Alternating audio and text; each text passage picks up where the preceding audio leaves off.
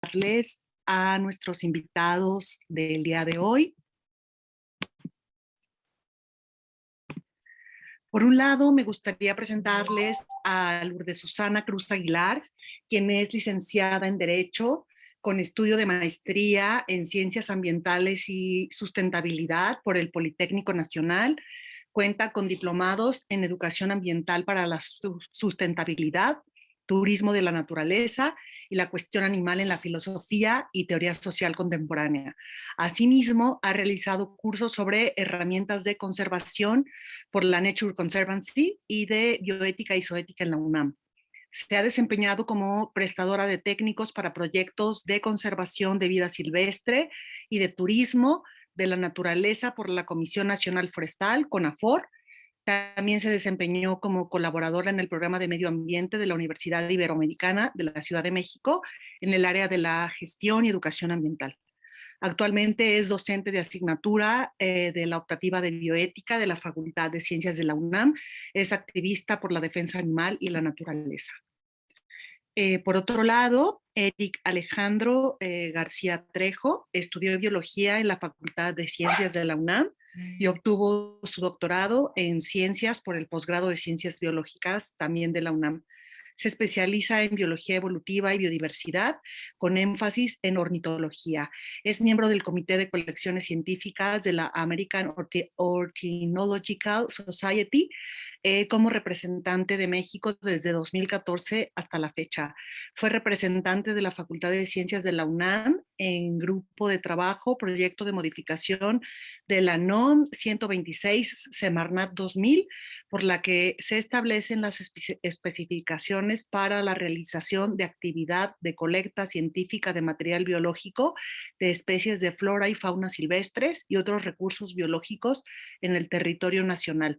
Es vocal de la Comisión de Ética Académica y Responsabilidad Científica, CEARC, desde el 2018. Actualmente se desempeña como técnico académico titular B y profesor de asignatura A en el Departamento de Biología Evolutiva de la Facultad de Ciencias de la UNAM.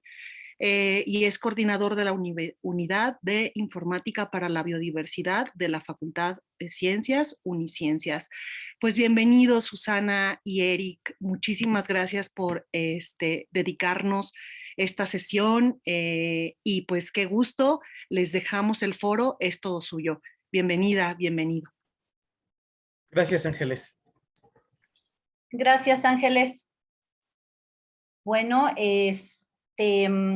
el profesor Eric y yo habíamos acordado ya un orden. Comienzo yo a dar esta sesión, después me secunda él, y la intención es pues dar una presentación puntual para después generar el intercambio, ¿no? de opiniones, de puntos de vista y demás. Entonces, yo voy a compartir pantalla, sin embargo, voy a apagar mi cámara durante la exposición porque luego eso interfiere y se me traba la presentación. Entonces, en cuanto retomemos ya la discusión, me vuelvo a poner al aire. Muchas gracias. Voy a compartir pantalla. Permítanme tantito.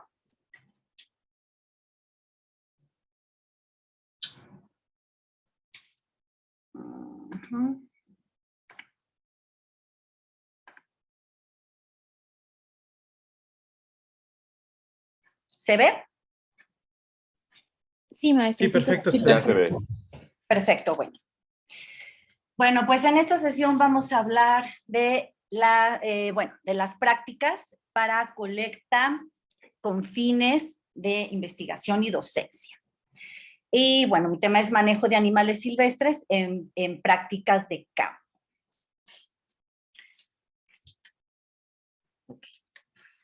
Antes de entrar de lleno en materia al tema que hoy abordaremos, yo considero necesario precisar que para salir de práctica de campo, la Facultad de Ciencias tiene un reglamento que está pegado a los lineamientos generales para la realización de las prácticas de campo de la Universidad Autónoma. Sé que en este curso estamos docentes, investigadores y activistas de varias instituciones e incluso países, Pero bueno, voy a tomar nada más de este reglamento ciertos artículos y yo les invito obviamente a que revisen si en sus instituciones educativas se cuenta con uno, ¿no? Y bueno, el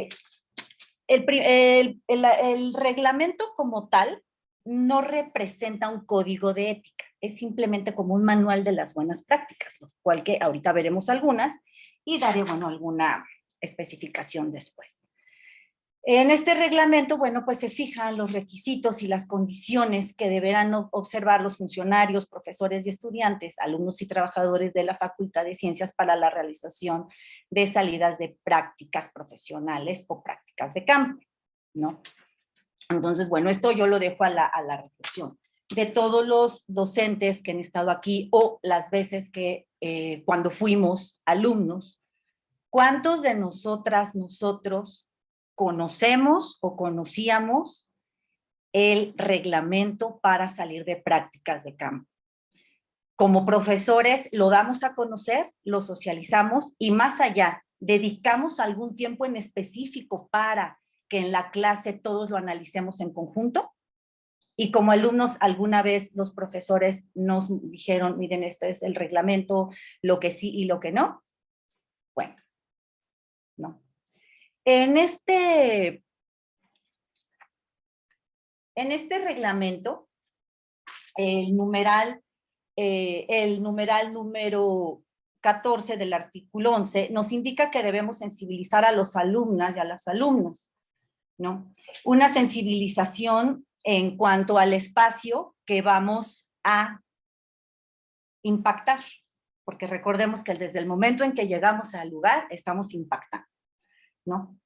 Entonces, la sensibilización debe comenzar con uno, como científico, como docente, como investigador e incluso como alumno, para evitar las malas praxis que sabemos que por experiencia suceden. Durante nuestro quehacer, tanto laboral como de estudiantes, pues hemos escuchado o hemos vivido diversas situaciones que al final de cuentas resultan malas praxis, ¿no? Como por ejemplo, que al desconocerse el reglamento, se colectan otro tipo de animales, no como el que era el específico a colectar, o que se les manipule y se les libere estresados, heridos o moribundos, o que se permita la depredación de ciertas especies porque no se encuentran en alguna categoría de riesgo, o porque simplemente se les considera inferiores, ¿no? Ese especismo que muchas veces, especismo gradual que muchas veces manejamos. Entonces es muy importante que nos sensibilicemos primero y ir más allá de este reglamento, porque como mencioné, no es un código de ética, no es un manual de buenas prácticas. También en nos establece que debemos implementar las acciones necesarias para que los organismos colectados pues tengan un fin educativo, ¿no? No que también por experiencias y por testimonios, que si bien sabemos que muchas cosas han cambiado y otras no, pues bueno, terminan en los hogares de los alumnos o en los contenedores de basura. Este artículo, el 26 en su numeral 17, es muy importante porque como docentes tenemos la obligación de tener una actividad alternativa para los alumnos que no quieran participar o no puedan participar en la práctica de campo o dentro de la práctica de campo no quieran realizar alguna de las acciones que vamos a realizar, ya sea por cuestiones de principios u otra razón. Eso de que si no colectas no eres un buen biólogo, quien no va a práctica de campo, no, o sea, debemos ya de erradicar ese tipo de visiones, porque hoy en día tenemos muchas alternativas y para no seguir o salir de práctica de campo o para no estar colectando, ¿no? Bueno, y esto es algo que también maneja el reglamento, que es necesario contar con con los permisos, ¿no? Necesarios que depende la especie a colectar y el lugar el que vamos a visitar, pues es el que nos da, ¿no? Pero esos permisos después se los vamos a explicar. Bueno, Bueno, reitero, el reglamento no constituye un código de ético per se, es necesario que se revise y quien sería el indicado para revisar, pues sería el Comité de Ética. La UNESCO ha exhortado a las instituciones educativas a la creación de comités de bioética para que sean las instancias plurales que analicen caso por caso las prácticas y actividades que involucren el uso de organismos biológicos. En este caso, en la Facultad de Ciencias, pues tenemos a la CERC, ¿no? Que aparte de la evaluación de los proyectos, tiene una función educativa, por ejemplo, el curso en el que actualmente estamos. Y bueno, ahora sí vamos a entrar en materia. Cada que yo hable de práctica de campo, para fines de esta presentación me voy a referir a la colecta con fines docentes, ¿no? Y bueno, sin duda para la mayoría de los estudiantes e investigadores, pues salir de campo resulta una experiencia gratificante. Sin embargo, las malas praxis ocasionan en los ecosistemas, en los individuos, daños, impactos significativos que muchas veces son irreversibles. La mala praxis es esa falta de responsabilidad y de respeto y sensibilidad que tiene el humano por los elementos naturales y los demás animales que en él habitan, ¿no? Bueno, pues como pueden ser el desconocimiento de la zona y de la vida silvestre del lugar, porque por lo regular nosotros calendarizamos de acuerdo, pues, al calendario de la escuela. Sin embargo, muy pocas veces se conoce cabalmente qué está sucediendo en el ecosistema que vamos a entrar. Y muchas veces ni siquiera se conoce el lugar. No hay planeación de las actividades, también sucede que muchas veces llegan y pues, ¿qué hacemos, no? Y ahí se empieza a generar la actividad. La falta de capacitación para realizar la actividad. Esto es bien importante porque el ir a colectar un animal, pues no es de que lleguemos y el animal esté ahí puesto y ya, ¿no? Se requiere de ciertas habilidades para poder trampear, poder atrapar y poder, y los demás usos que se le quiera dar al animal. Y muchas veces se piensa que como ya tenemos una práctica en el herpetario o porque nosotros en casa, nosotras tenemos animales silvestres que manipulamos, pues creemos que en vida silvestre va a ser lo mismo, ¿no? Y eso pues se puede prestar a diversos accidentes. Y más aún para nosotros, para los animales. No respetar los senderos y caminos, bueno, pues sabemos que hay diferentes tipos de senderos, desde los que están establecidos hasta los que hay marcajes, y por algo están ahí. Pero pues también es muy común que, bueno, por perseguir un animal o por creer que vamos a innovar un nuevo camino, pues nos salgamos del sendero ya establecido. No respetar el número de individuos a colectar, bueno, pues también se da mucho, ¿verdad? Pues hay 1, 2, 3, no importa, ¿no? De hecho, se cree muchas veces que principalmente se da en los invertebrados, que como hay muchos animales, no importa el número de ellos que se expole. Introducción de residuos sólidos y sustancias peligrosas, pues de todas las sustancias que incluso de los frascos, que las sustancias que llevamos, ¿no? Los formoles, los alcoholes, lo que se lleve, pues muchas veces si no se tiene cuidado, pues se riegan y eso ocasiona también contaminación al mismo tiempo de lo que llevamos para comer o de las mismas herramientas que llevamos para hacer la colecta. Introducción de especies, muchas veces incluso se mueven del lugar, ¿no? Si nos toca un espacio grande, agarramos una especie y después, ay, sí, ya la vimos y la soltamos y vamos haciendo ahí movilidades. Emisión de ruidos o luces que afectan los hábitos de las especies silvestres. En el medio natural hay sonidos y esos sonidos para muchos animales son importantes porque les representa el conocer si está cerca el peligro, si está cerca la comida, si ya es hora de moverse y demás. Y nosotros llegamos y con nuestras voces arruinamos todo, les metemos ruido. Entonces alteramos totalmente sus hábitos y lo mismo pasa con las luces. Muchas veces cuando estamos ya en la noche y que echamos luces para andar colectando, pues afectamos los hábitos principalmente de las especies nocturnas o de aquellas que están en descanso. El expolio de organismos ajenos a las prácticas. Bueno, pues esto prácticamente se traduce en tráfico, porque el tráfico de animales es desde que uno lo captura, desde que lo traslada y el fin que le quiera dar, ¿no? Y esto no importa si el animal está en alguna categoría de riesgo de la norma 059. Simplemente el hecho de sacar un organismo sin los permisos necesarios, pues eso ya es incurrir en un delito, porque el tráfico de especies silvestres es un delito aunado a que si no tenemos esa capacidad de sensibilizar al alumno, pues vamos a demostrar o vamos a dejar ver que es muy fácil agarrar un animal y sacarlo y darle el uso que uno quiere, ¿no? Entonces, bueno, la colecta de animales, según la literatura, pues es una actividad que consiste en la captura o extracción temporal definitiva de organismos biológicos del medio silvestre. Los objetivos pueden ser obtención de información básica, integración de inventarios o el incremento de los acervos en las colecciones científicas existentes. Principalmente, bueno, para la cuestión de docencia, pues es información básica, ¿no? Raramente hay integración a inventarios o incremento en los acervos.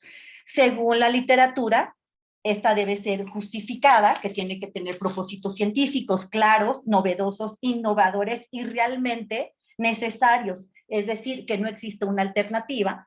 Tiene que tener una perspectiva razonable, que los argumentos que se expongan para esta colecta sean apegados a la justicia y a la equidad, y bueno, pues apegados a la ética ecológica. Esta ética es la que incorpora los aportes de la bioética y la ética ambiental a los conocimientos científicos, proporcionando los argumentos filosóficos para la resolución de dilemas que mitiguen el impacto de las actividades, acciones o omisiones en las prácticas docentes de la biología, ¿no? O sea, que nos digan sí o no. Pero bueno, llegamos a la pregunta. ¿Es necesario realizar una colecta con fines de docencia? ¿No hay alguna alternativa? ¿Es vital para la formación del alumno, de la alumna? ¿Va a ser significativo el aprendizaje y más allá? ¿Qué le estamos dejando o qué beneficio tiene el individuo al que estamos colectando?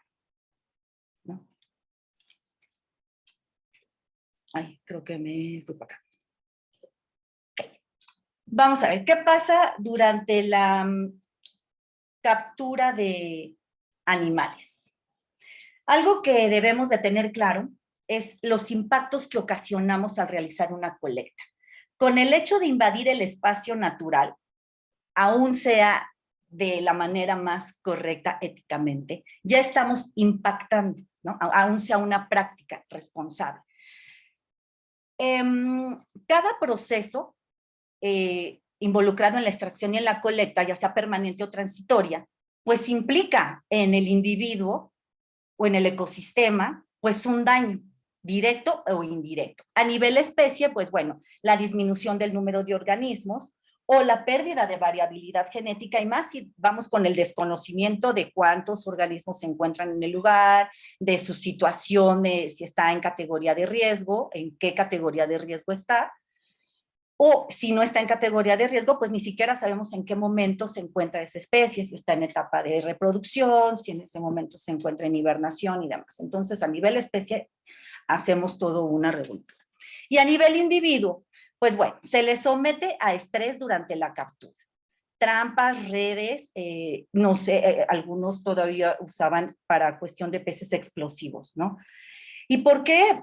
O sea, es un hecho que se les va a ocasionar estrés porque por lo regular no hay una capacitación como tal, ni tampoco hay lineamientos establecidos para decir quién colecta y quién no. No quiere decir que sucede en la generalidad, porque hay prácticas que están muy bien manejadas, ¿no? Pero el hecho de capturar a un animal y que caiga en una trampa, que quede en una red o que quede en un frasco, pues para ellos ya representa un estrés. Después viene la manipulación, aún sea permanente el hecho de medirles, de pesarles, pues para ellos es algo que no están habituados. Y también los marcajes, más que hay diversos tipos de marcajes, que también hay los invasivos y los no invasivos, pero al final de cuentas estamos dejando huella en ese animal. Y bueno, el traslado, ¿no? Todos aquellos animales que se trasladan vivos, pues imagínense, ¿no? El estrés, el daño que se les ocasiona. Se les ocasiona cambios y daños fisiológicos, lesiones, amputaciones o heridas profundas. Pues esto también es porque, pues, al final de cuentas, un animal cuando cae en una trampa siempre va a querer escapar y por lo regular se lesiona, aunado a que si no tenemos la capacitación, ¿no? Las amputaciones, las heridas, pues muchas veces cuando los regresamos, y hay testimonios, ¿no? De agarramos a las ranitas, las medimos, les hicimos y las liberamos lesionadas, ¿no? Porque hay. Y también los daños fisiológicos y, déjenme ver, es que se me estaba yendo. Y bueno, pues las heridas profundas que en ese momento, como individuos, como humanos, no podemos curar, ¿no? Y bueno, y pues que hablar de la muerte, ¿no? Que se hace mediante dolor y sufrimiento. Muchos de los animales, de los organismos que colectamos en ese momento, se matan, ¿no? Y por mucho que estemos apegados a la norma 033, por mucho que antes metamos un anestésico, un sedante, pues estamos infringiendo en el animal la parte del estrés, el dolor y el sufrimiento. Cuando me dicen, bueno, pero es que, pues es que con esto le duele menos, yo nada más me pregunto, si los métodos que están en la norma 033 fueran para la muerte de uno, para tu muerte, ¿estarías de acuerdo con ellos? ¿Estarías de acuerdo que es momento de morir por medio de estos métodos para que tu cuerpo funcione para una práctica, para una colección? Y bueno, para esto, para resolver muchos de los dilemas, pues podemos recurrir a pues, algunos principios, ¿no? De la ética que pues nos pueden guiar, ¿no? Uno es la no maleficencia, que es el hecho de no dañar. Nosotros como humanos tenemos la responsabilidad de no dañar, de no infringir daño a nadie. Y con nadie no nada más quiere decir a seres de nuestra misma especie, sino tenemos que ampliar la consideración hacia los demás animales y a los organismos que están en la naturaleza, ¿no? Después tenemos el principio de la autonomía. En los humanos se centra principalmente en la elección autónoma e intencional e informada y sin coerción, ¿no? Del humano. Es el consentimiento informado. Sin embargo, debemos de tener en cuenta que para este principio los animales se convierten en los pacientes morales. ¿Por qué? Porque son los individuos que reciben las acciones u omisiones de nosotros los humanos, el agente moral, que somos los capaces de tomar decisiones morales.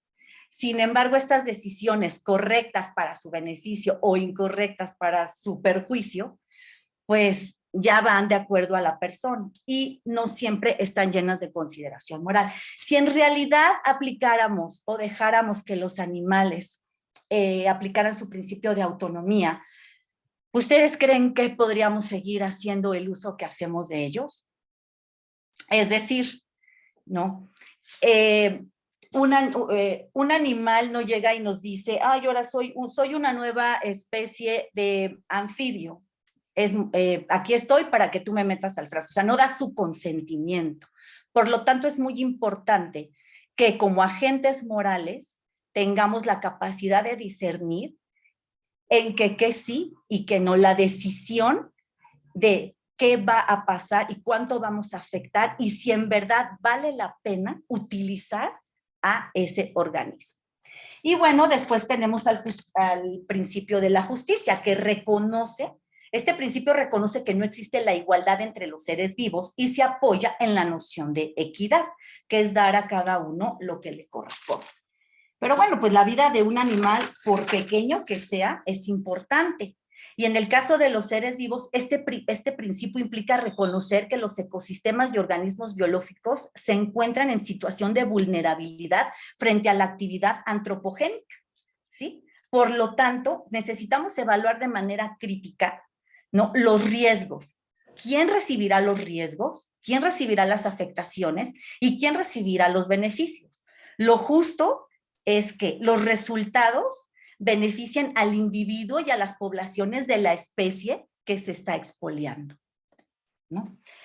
Derivado del principio de la no maleficencia, tenemos al principio precautorio, que bueno, para que se dé tienen que dar 3 condiciones. La incertidumbre científica acerca del riesgo, la evaluación del riesgo de producir un daño y la perspectiva de un daño grave o irreversible. En la colecta, en la investigación y la docencia, puede tener y puede haber efectos impredecibles sobre los individuos que se utilizan para el sobre el resto, para el mismo organismo o para el resto de la comunidad. Y desde ahí deberíamos utilizar el principio precautorio de entonces no se realiza, ¿no? O en su caso, aplicar las medidas pertinentes para mitigar. Pero en realidad, o sea, menos que sea una colecta sumamente vital, pues deberíamos de restringirnos, ¿no? No realizar la colecta. También luego tenemos el principio de responsabilidad, que principalmente es para, implica el garantizar nuestra supervivencia y la de las generaciones futuras, bueno, pues respetando a las demás especies, ¿no? Y tratando de conciliar los avances y el poder que se tiene. Esto es prácticamente lo que es la sustentabilidad. Y bueno, pero también se amplían y viene el biocentrismo, ¿no? El biocentrismo nos habla de que todos los seres vivos son centros teleológicos que persiguen un bien propio. El bien propio de los individuos consiste en su bienestar, su supervivencia y el desarrollo de su potencialidad biológica. Esto es decir, su valía inherente. El biocentrismo es la corriente de la ética que surge como una propuesta para extender el estatus moral a todos los seres vivos y para reivindicar el papel de la vida como eje central de la bioética. Es una ética individualista que se fundamenta en el interés de cada individuo por mantener su organización estructural y, como dije, confiere a los individuos su valor inherente. En este también hay varios principios, ¿no? El principio de la proporcionalidad y el mínimo daño, que bueno, se debe de aplicar cuando hay un interés básico de animales o plantas contra un interés no básico del humano. El mínimo daño es el reducir el mal y el dolor, y el de la proporcionalidad es los intereses vitales serán prioritarios sobre los intereses secundarios, sea de la especie que sea. Y bueno, aquí volvemos a la justicia distributiva. Miren, es difícil garantizar que los beneficios se distribuyan de manera equitativa cuando los involucrados son animales y plantas. Por lo tanto, se tiene que echar mano de la justicia retributiva, ¿no? Para resolver el conflicto, que es compensar o dar la atención necesaria al animal o a la planta que se haya dañado, ¿no? Si volvemos al principio máximo, que es la no maleficencia, nuestro deber es respetar las 5 libertades o los 5 dominios que tienen los animales, que es libres de hambre y sed, el entorno, libres de molestias físicas y térmicas, el de la salud, libres de dolor, lesión y enfermedad, el de comportamiento, libres de manifestar un comportamiento natural, y el estado mental, libres de temor y angustia. Y bueno, ustedes díganme, cuando salimos a colectar animales, ¿cuál de estos principios sí se cumple? Es por ello que debemos analizar las prácticas de campo, de colectas, de una forma profunda, ¿no? De una forma ya con ojos bioéticos. No debemos ignorar nuestra responsabilidad sobre los ecosistemas y organismos, por lo que es un deber reducir nuestro impacto ecológico. Aunque, como bien vimos, hay principios que contribuyen a la resolución de los conflictos que ocasionamos, porque nosotros los ocasionamos, ¿no? Durante la colecta, pues no siempre son compatibles con las acciones que nos proponen realizar, ya que hay situaciones en que el daño va a requerir que se realicen acciones que van a llevar tiempo y recursos que no se tienen en el momento o que incluso no están planeados o no hay manera de incluso en la misma facultad. La colecta científica con fines de docencia debe considerarse como el último recurso y restringirse a casos muy, muy excepcionales. Debemos de tomar en cuenta que por lo regular es una misma asignatura la que realiza esa colecta cada año o cada semestre. Son los mismos lugares y sitios de estudio. Por lo tanto, los organismos tienen una presión constante y no nada más es la UNAM, o sea, cuántas escuelas y cuántos investigadores pues no se dedican a hacer lo mismo. Por lo tanto, esto tiende a dificultar la recuperación de las poblaciones. Actualmente se cuenta con diversos medios de información que hacen innecesaria la colecta de más organismos. Como docentes e investigadores debemos fomentar también el diálogo ético-ecológico para el ejercicio de las buenas prácticas, ¿no? Y bueno, aquí ejemplifico algunas de las alternativas que tenemos, como la revisión bibliográfica, las listas taxonómicas y catálogos, los museos y las colecciones científicas, que incluso ya están en línea y hay unos que dan unos recorridos padrísimos, ¿no? Y a lo mejor sí, no es necesario dejar de salir a campo. Podemos realizar observación y avistamiento de los organismos, fotografías y video, estudio de los rastros, que es estudio de las huellas o pisadas, de las excretas y del pelaje. El acceso a fototrampas, hay organismos, instituciones o organismos de la sociedad civil que pues bueno, ya ponen fototrampas en diversas especies y podemos conseguir ese material, o el monitoreo bioacústico.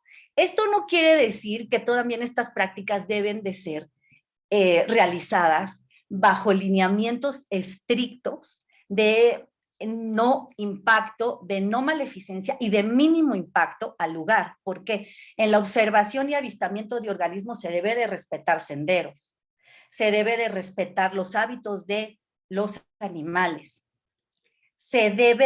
también se debe de respetar el sonido de la naturaleza y no introducir ruido. Fotografías y videos, las cuestiones de los flashes, principalmente. En el estudio de los rastros, la cuestión del pelaje, que se haga de acuerdo a la recolecta de pelaje del que van dejando los animales, porque también hay unas prácticas que, bueno, pues es atrapar al animal y arrancarle pelo, desplumarlo y demás. Entonces también estos deben de ser realizados de forma ética. Acceso a fototrampas o monitoreo bioacústico. Bueno, y van a decir, pero bueno, en esta breve charla ahorita, pues solo hablé de los animales. Bueno, sin embargo, esto se debe extender hacia otros organismos biológicos, como son las plantas, los minerales, los fósiles y los hongos. Es decir, yo soy de la idea y tengo la postura de que cuando uno llega a un lugar, debe respetarlo tal cual. ¿Por qué? Porque ese fósil o ese mineral o esa roca tiene su función también. Puede ser el sustrato para una nueva planta, el refugio de algún otro animal, la herramienta que se utiliza. Y nosotros, ¿qué derecho tenemos de tomarlo para llevarlo a nuestra repisa que se llene de polvo? ¿No? Justo la teoría biocéntrica, la filosofía biocéntrica nos dice que, en contraste, el bien propio de las poblaciones y de las comunidades bióticas está dado por el mantenimiento de su coherencia genética y ecológica a lo largo del tiempo, así como de un nivel óptimo en el bien promedio de los individuos que las componen. Por lo tanto, de acuerdo con esta postura, las entidades biológicas no tienen que tener sensaciones, sentimientos, conocimientos o deseos para merecer consideraciones morales. Entonces, no se trata de que como docentes o como alumnos nos apeguemos únicamente a las formas y obligaciones de no dañar en la colecta, de no hacer daño, sino de respetar y de racionalizar si lo que vamos a colectar, sea un animal, sea una planta, una roca, un mineral, un fósil, va a ser significativo para la educación o para un nuevo descubrimiento. Y aún así, tenemos que buscar las alternativas. Debemos ponderar el respeto por todos los seres, por los organismos biológicos que nos acompañan en este planeta. Gracias.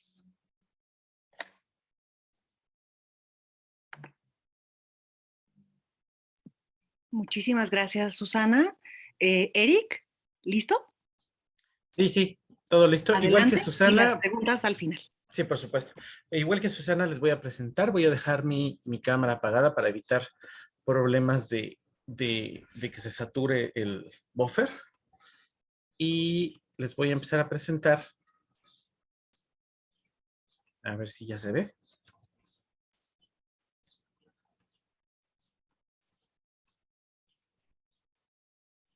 ¿Sí se ve? Sí. Voy a agarrar mi láser. Bien, Susana y yo estábamos platicando justo de cómo les íbamos a presentar toda esta información y decidimos precisamente sí y dejar al final preguntas y un poco también la discusión y el debate. Creo que se va a generar una buena discusión, un buen debate al respecto de todas estas actividades. Y mucho de lo que ya les comentó Susana, o sea, creo que todos los que nos dedicamos a esta parte de la ciencia estamos completamente de acuerdo. Por ejemplo, yo durante años he estado en la trinchera para evitar que se hagan colectas de docencia y particularmente en materias básicas, ¿no? Y creo que ya lo han hecho en otras pláticas, se los han comentado, pero siempre hago el análogo con la medicina, ¿sí? O sea, los médicos que están en los primeros años o en la carrera parte básica, no necesitan estar revisando cadáveres. Es más, puede haber médicos que no les guste hacer eso y eso está muy bien, ¿no? Pero pues, los que se van a dedicar a patología o a la cirugía o a áreas de la medicina que sí requieran eso, pues lo tendrán que hacer, pero serán los menos. Siempre, siempre, siempre en este tipo de actividades debemos de tener en cuenta, como les comentó Susana, el principio de las 3 R's, ¿no? Siempre, siempre. Y entonces vamos a platicar un poco al respecto de las colecciones biológicas, la colecta científica y los permisos de colecta. La intención de esta presentación no es convencerles, ¿sí?, de las bondades de la colecta científica o que se haga o lo que sea, sino que se entienda y que ustedes comprendan que la colecta científica es una actividad científica, ¿sí?, que debe ser realizada por expertos y en los casos, como también ya lo comentó Susana, en los casos en que sea realmente necesario, ¿no? Para esto vamos a platicar un poco qué es una colección científica primero, ¿verdad? Precisamente aquí está hay miles de definiciones y definiciones más o menos extensas, pero en pocas palabras básicamente es un acervo, ¿no? Un banco de ejemplares biológicos preservados para su estudio y para la generación de conocimiento. Y es muy, muy, muy importante. Además, deben estar siempre, siempre en las condiciones adecuadas, ¿sí? Como dijo hace rato Susana, tiene mucha razón. No se hace una colecta científica, no se hace una colección para que esté guardando polvo en nuestra casa. Es una colecta, es un recurso, ¿sí?, de todas las personas, de toda la sociedad.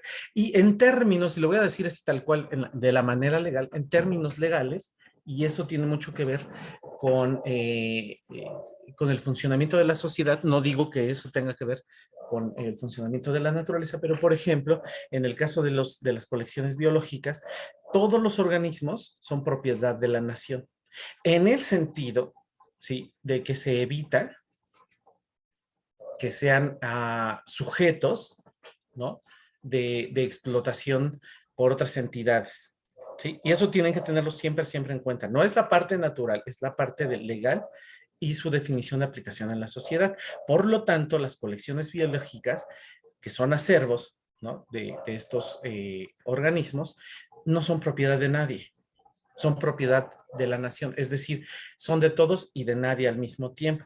Y eso es muy importante porque bajo esa visión, en México al menos, pero eso es en muchos países del mundo, están prohibidas las colecciones privadas.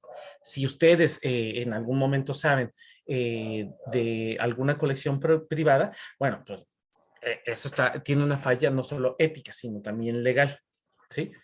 En ese sentido, tiene que quedarse muy claro, ¿no?, que las colecciones científicas precisamente tienen que ser propiedad, ¿no?, de la sociedad, no de un individuo o un conjunto de individuos. Y están bajo custodia de entidades, normalmente siempre van a estar bajo custodia de entidades, ya sea académicas o de investigación, ¿sí? Y eso es también muy, muy importante en la parte legal. Aquí está. ¿No? Y vamos a tener diferentes tipos de preservar el material biológico y van a tener diferentes usos y diferentes formas de preservarse. Todas siempre van a requerir que sean preservadas bajo condiciones en las que se aseguren que, como bien dijo Susana, estos no estén capturando polvo ahí nomás, sino que sean de utilidad. También ella les comentó cómo debe hacerse la colecta científica, o bajo qué principios debe de hacerse. Y uno de esos es que los organismos ya colectados, ¿sí?, que fueron sacados de su medio natural y que fueron perturbados para hacer estas colecciones, tengan la mejor forma de preservación, y lo que queremos es que duren no 1 o 2 años, sino 500 años o para toda la eternidad, si eso es posible. Obviamente, considerando cómo es el ciclo de las estrellas, el ciclo de vida de las estrellas, pues no son para la eternidad, pero queremos que duren, perduren la mayor cantidad de ciclos posible. Entonces, tiene que las entidades que son custodios de estos materiales biológicos tienen que ser responsables y mantenerlas bajo los cuidados que se van a requerir dependiendo del tipo de preservación. Por ejemplo, aquí podemos ver que algunos ejemplares son preservados en alcohol. Todas estas colecciones que se preservan en alcohol tienen medidas de seguridad, ¿sí?, que garanticen, ¿no?, que no se pueda, que no se generen, por ejemplo, incendios al interior de estas colecciones, y dados los casos en los que llegara a pasar, porque eso puede pasar, de hecho ha pasado más de una vez, ¿sí?, tengan las medidas adecuadas de protección, ¿no? Por ejemplo, muchas de estas colecciones que yo he visitado de organismos en alcohol tienen sistemas antiincendios muy, muy sofisticados, casi igual que algunas entidades, por ejemplo, gubernamentales, ¿no? Obviamente, hay un montón de personas asociadas al cuidado y a la protección de estas colecciones biológicas, ¿sí? Insisto, y debe garantizarse también siempre, siempre, siempre que estén disponibles para la consulta pública. Obvio, no se pueden hacer las consultas públicas de manera desordenada. Tiene que haber también una justificación, pero si lo que queremos es preservarlas para mucho tiempo y para que todo el mundo las pueda utilizar y disfrutar, ¿sí?, es requerido una serie para la redundancia, de requisitos para que se puedan acceder a ellas, ¿no? Aquí los organismos en el estado en el que se encuentran son motivo de cuidado y de preservación, van a ser lo más importante en estas colecciones, ¿no? Y aquí voy a hacer un pequeño paréntesis, ¿sí?, de por qué la colecta científica es una actividad, primero que nada, necesaria, y por otra parte, una actividad que, llevada bajo los principios que ya les comentó en algún momento Susana, es una actividad de bajo impacto. La realidad es que se han hecho estudios que en 200 años que ha habido colecta científica, el impacto que han provocado en las poblaciones es muchísimo menor a cualquiera de las otras actividades antropocéntricas, ¿sí?, que perturban los ambientes naturales. Por ejemplo, y nada más estoy poniendo ejemplos de los más brutales, si ustedes lo quieren, la minería, ¿no? La minería es una de las actividades que causa más perturbaciones al ambiente, que causa más mortandad entre los organismos, todo tipo de organismos, no solo animales, ¿sí?, sino todo tipo de organismos, y que están escasamente reguladas en casi todos los países y escasamente vigiladas, ¿no?, en la perturbación al ambiente que se hace. Hay miles de ejemplos en México que no vamos a discutir ahorita porque no terminaríamos, y yo creo que muchos de ustedes conocen más que yo de eso, ¿no? Pero la mayor parte de la gente, cuando habla de colecta científica, piensa en esto, ¿no? Una actividad negativa. Hay mucho debate, y eso es muy bueno que haya ese debate y que se esté discutiendo sí o no la colecta es buena o mala, ¿no? Siempre, siempre es necesario que a toda actividad humana, bajo la filosofía que se maneje, tenga una conciencia. Y una de esas conciencias es precisamente la oposición, ¿no? El grupo de personas que no está de acuerdo con con los mismos principios que los otros los están ejerciendo. En este caso de la colecta, hay muchos detractores de la colecta, qué bueno que existen, porque también funcionan como parte de esa conciencia colectiva acerca de si se están haciendo bien las cosas, si se están haciendo bajo lineamientos éticos, morales y legales también, ¿no? Y en ese sentido hay mucha discusión de manera científica y filosófica. Aquí les pongo nada más uno de esos en donde se critica precisamente a la colección, ¿sí? O a la colecta científica, sobre todo pensando que la colecta está limitada, por ejemplo, a esto que se habla solamente para hablar de nuevas especies, ¿no? O de justificar la descripción de nuevas especies. Esa es una visión extremadamente, ¿cómo diría en inglés? Narrow, extremadamente sesgada, extremadamente limitada, ¿no? Las colecciones biológicas van más allá. Ese es uno de los ejemplos en los que se utilizan más frecuentemente. Yo creo que es el ejemplo más conocido particularmente por la comunidad científica, sobre todo la biológica, porque estamos muy acostumbrados a hablar de los tipos portanombres. Ojo, no confundir con arquetipos, ¿no? Porque en algún tiempo se hablaba de que esos tipos portanombres en realidad representaban a la especie para nada, nada más lejos de la verdad, sino que representan nada más, ¿sí? El documento, el ejemplar que porta el nombre de esa especie. Es imposible que un solo organismo, un solo individuo, represente a toda una especie, ¿no? Por N mil razones que tampoco vamos a analizar aquí, nada más por falta de tiempo, pero que son razones que bastarían para que tuviéramos otra plática y otra discusión aparte, ¿no? Entonces, por ejemplo, este es un artículo que salió hace ya algún tiempo, ¿no? En donde se critica a las colecciones biológicas y se habla de una posible sustitución, simple y sencillamente porque se considera que las colecciones biológicas solo tienen que ver con la descripción de nuevas especies, ¿no? Aquí hay un extracto, no está funcionando, permítanme un segundo, aquí hay un extracto de ese artículo, de esa discusión, que estuvo muy padre porque generó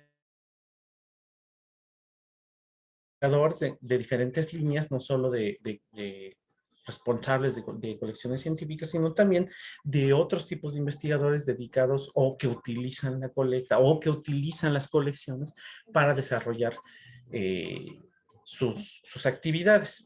Y eso es muy importante que lo mencione, ¿no? Porque las colecciones, como ya había yo dicho, están para ser utilizadas por N cantidad de personas. Ahorita vamos a regresar un poco a eso, ¿no?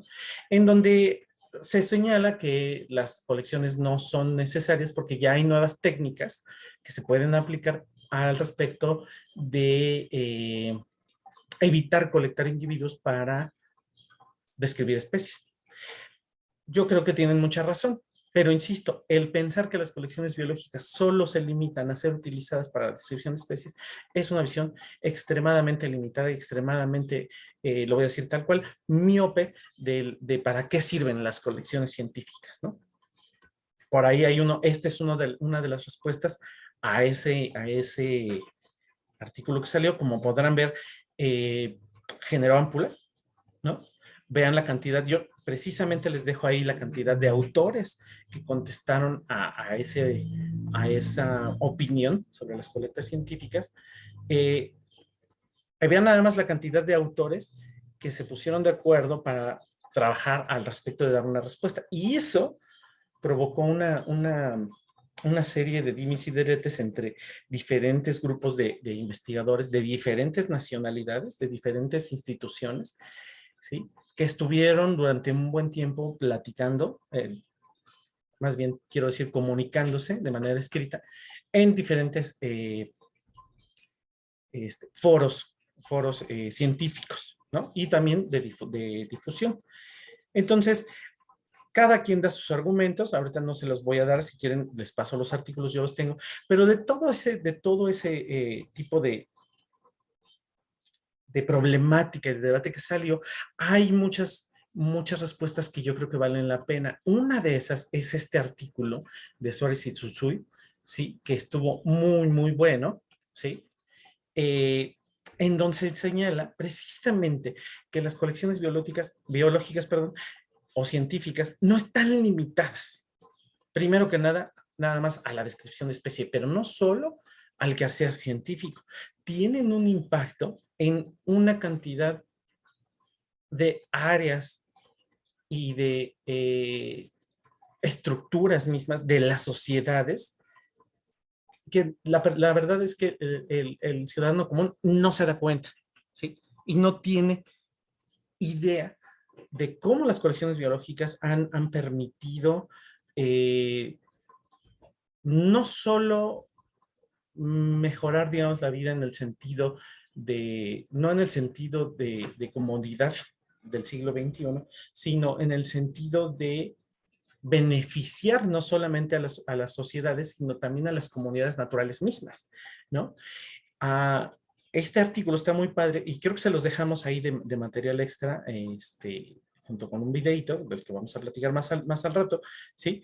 En donde justamente esta parte, este pasaje que les señale, ¿sí? Las colecciones biológicas hacen contribuciones innumerables a la ciencia, a la sociedad, no solo a la ciencia, a la sociedad, ¿no? En áreas tan divergentes hay que tener en cuenta que este artículo fue escrito en los Estados Unidos, entonces por eso hablan de la seguridad nacional, ¿sí? Pero la salud pública, ¿sí? La salud de los ambientes, la salud de la sociedad, la salud de los individuos y obviamente en donde se surgieron estas colecciones, la taxonomía y la sistemática tradicional, pero va más allá, o sea, en el arte, en la lingüística. Yo he trabajado, yo estoy asociado a una colección durante 20 años, tengo una experiencia de 20 años trabajando en colecciones científicas y nuestra propia colección, ahí de la facultad, pequeñita, porque es una de las colecciones pequeñas comparadas con otras colecciones a nivel mundial, ¿sí? Ha sido utilizada, por ejemplo, por artistas, historiadores que se dedicaron, por ejemplo, durante mucho tiempo a analizar el arte ya perdido de la plumaria en la Nueva España, por lingüistas, ¿sí? Trabajamos con un lingüista de los Estados Unidos que estaba trabajando en México, tratando de hacer un último diccionario de una lengua, de una variante náhuatl, ¿sí? Por eso digo que es una lengua, no un idioma, pero es una variante náhuatl que está por desaparecer, donde solamente había 5 hablantes de esa lengua.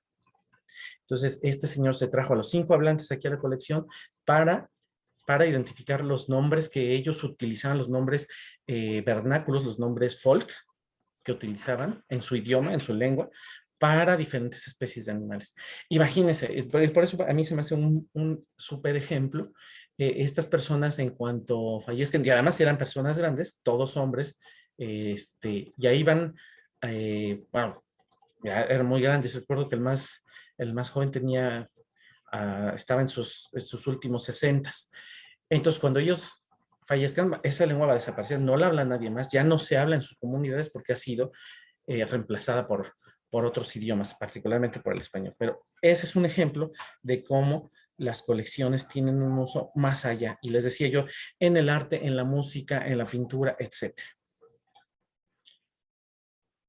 Ahora bien, ¿por qué son importantes las colecciones, por ejemplo, nacionales? Este nada más es un ejemplo rapidísimo y pequeñito, sin más análisis, para que entiendan, por ejemplo, qué pasa con las colecciones de aves. Estos son los países megadiversos, ubíquenlos bien, véanlos en este mapa. Obviamente México, y eso ya es, por ahí usan un meme ya de la vieja confiable de México, es un país megadiverso. Sí, sí. Es un término biopolítico, no olvidar eso, ¿sí? No olvidar eso porque los países megadiversos es un término que se acuñó de manera biopolítica precisamente con miras a la conservación, en donde en conjunto estos 14 países albergan alrededor del 70% de la biodiversidad mundial. En conjunto, 70-80%, ahorita no lo recuerdo muy bien, pero eso no quiere decir que los otros países sean yermos y que no tengan biodiversidad, pero el conjunto de estos países, ¿sí? Tiene ese 70-80% de la diversidad mundial. Ahora quiero que pongan mucha atención a mi cambio de diapositiva. Esos países son los megadiversos y los países donde está el conocimiento albergado en colecciones son estos. Noten el cambio. Vean cómo México, que es uno de esos países megadiversos, ¿sí? no es sino hasta recientemente que tiene sus propias colecciones. La mayor parte de las colecciones en este caso de aves, y por eso les comentó Ángeles que mi especialidad era la ornitología. En este caso de aves se encontraban, yo voy a decir si se encontraban, en colecciones europeas y americanas, norteamericanas, ¿sí? Mucho de los, por ejemplo, nada más por ponerles un ejemplo, de los tipos de las descripciones originales de especies mexicanas estaban en museos de Europa, particularmente en 3 museos, en el Museo de París, en el Museo de Berlín y en el Museo de Londres. La mitad de los especímenes históricos de México desaparecieron por los bombardeos, tanto aliados como del eje. ¿Sí? Particularmente las colecciones del Museo de Berlín y del Museo de Colonia. Me está faltando uno más, creo que es... No sé si es Hamburgo, ahorita no lo recuerdo, pero bueno, no importa. La mitad de esos especímenes históricos se perdieron. Se perdieron y no podemos ahí nada más culpar a las potencias del eje, a los dos, entre aliados y el eje, destruyeron esas colecciones. Al respecto está este estudio que se hizo aquí en nuestra facultad de cómo, sí, las colecciones mexicanas no existían, sino fíjense, hasta casi la última parte de la primera mitad del siglo XX. El resto de los ejemplares mexicanos no existía, no había un interés en México por conocer su biodiversidad. Sí. Originalmente, vean, a principios del siglo XIX, la mayor parte de las colecciones de especímenes mexicanos se encontraban en lo que ahora es la Unión Europea. Después, vean, hacia finales del siglo XIX, tiene sentido, un sentido histórico que tampoco vamos a analizar aquí, pero ustedes confían que sepan a qué se debió, fue reemplazado esa hegemonía europea por la hegemonía de los Estados Unidos. Sí, es Norteamérica, pero sobre todo Estados Unidos. Norteamérica implica Estados Unidos y Canadá. No es sino hasta estas fechas, vean, hasta la segunda mitad del siglo XX, que se incrementa el conocimiento a través de colecciones nacionales, y uno de los impulsores de las colecciones nacionales, curiosamente al inicio del siglo XX fue Porfirio Díaz, ¿sí? Y el maestro Alfonso L. Herrera, ¿no? Que se generaron a partir de entonces las primeras colecciones nacionales, y ahora, vean, hacia finales del siglo XX y de principios del siglo XXI, ya hay mucho más participación nacional. Antes no teníamos idea de la biodiversidad nacional, no es sino hasta el siglo XX ya bastante bien entrado. ¿Cómo se conforma una colección científica? La mayor parte de la gente también considera que la colecta de especímenes, la colecta científica activa, es la única forma en la que crecen las colecciones científicas. Es la mayor, sí es cierto. Ya hemos hablado, ya habló Susana un poco de cómo se realiza esa colecta, yo creo que de manera muy efectiva, y de cómo se lleva a cabo. Y hay que tener en cuenta, chicos y chicas, que la mayor parte del personal asociado a estas colecciones que hace la colecta científica, además de estar bien entrenado, está también bien capacitado en precisamente en la decisión de dónde sí y dónde no colectar, ¿no? Insisto, como les decía, yo tengo 20 años de dedicarme al estudio y a la colecta científica y a su regulación también. Y siempre hablo con mis alumnos precisamente, no solo del principio de las 3 R, sino también de saber cuándo es ético y cuándo no es ético llevar a cabo colecta científica. ¿Sí? Sobre todo, dejando un poco atrás a la docencia, especialmente en los ámbitos de la investigación y la conservación. Nada más quisiera comentarles que en algún tiempo, trabajando en el sureste de Asia, colectamos un espécimen de un martín pescador que se sospechaba, no había evidencia que se distribuyera en Vietnam. El gobierno de Vietnam es uno de los más restrictivos en términos de conservación, es bastante difícil, es bastante reacio para pasar leyes y para pasar aprobaciones hacia la conservación. Bueno, gracias a ese ejemplar que se colectó, ¿sí? Ahora hay una norma, hay el equivalente a una norma mexicana, por ejemplo, en Vietnam, sí, que protege a esta especie de la que se tiene muy pocos avistamientos, muy poca información en Vietnam, en parte porque se distribuye en zonas que durante mucho tiempo estuvieron, digamos, no cerradas, pero de difícil acceso, porque, como recordarán, durante el conflicto que se prolongó por más de 40 años, de la Primera y la Segunda Guerra de Indochina, la segunda llamada la Guerra de Vietnam, una muy buena parte del del suroeste de Vietnam está llena de minas, ¿no? Entonces, la mayor parte de la gente no se atrevía a entrar. Después de mucho tiempo y con la explotación también minera, pues se han estado retirando minas de esas zonas y ahora son de mucho mayor acceso a otro tipo de actividades, ¿no? Pero la colecta de ejemplares, la colecta activa, no es la única forma en la que las colecciones científicas crecen, ¿sí? También han crecido gracias a la actividad cinegética y no solo no nos referimos a la actividad cinegética de trofeos, sino muchas veces, ¿sí? En gran medida a la actividad de cacería de subsistencia. ¿Sí? Durante algún tiempo que estuve trabajando, por ejemplo, en la península de Yucatán, muchos cazadores de subsistencia de patos nos daban las pieles porque pues, ellos lo que querían era la carne. Entonces las donaban a la colección, ¿no? También crecen gracias a los intercambios y donaciones, ¿sí? Y también crecen a la expropiación y a la donación de colecciones privadas que todavía andan por ahí. Desde el siglo XIX hasta nuestros días, por ahí hay gente que tiene colecciones privadas. Durante la segunda mitad del siglo XIX hubo una especie de boom de las clases altas, las clases burguesas o las clases nobiliarias demostraban un cierto estatus, ¿no? Un estatus social y económico, teniendo colecciones de tipo gabinete científico del siglo XIX. Muchas han perdurado en nuestros días. Hace poco hubo una donación de, no recuerdo si unos 7 o 10,000 especímenes de aves que fueron donadas a la colección nacional que está en custodia en el Instituto de Biología de la UNAM, de una colección privada, ¿sí? Así de la aristocracia mexicana, ¿no? Unos descendientes de Iturbide. Se donó hace poquito. Esa es una forma también en la que crecen estas colecciones. También debido a colisiones, muertes accidentales, naturales, o a veces atropellamientos también, ¿sí?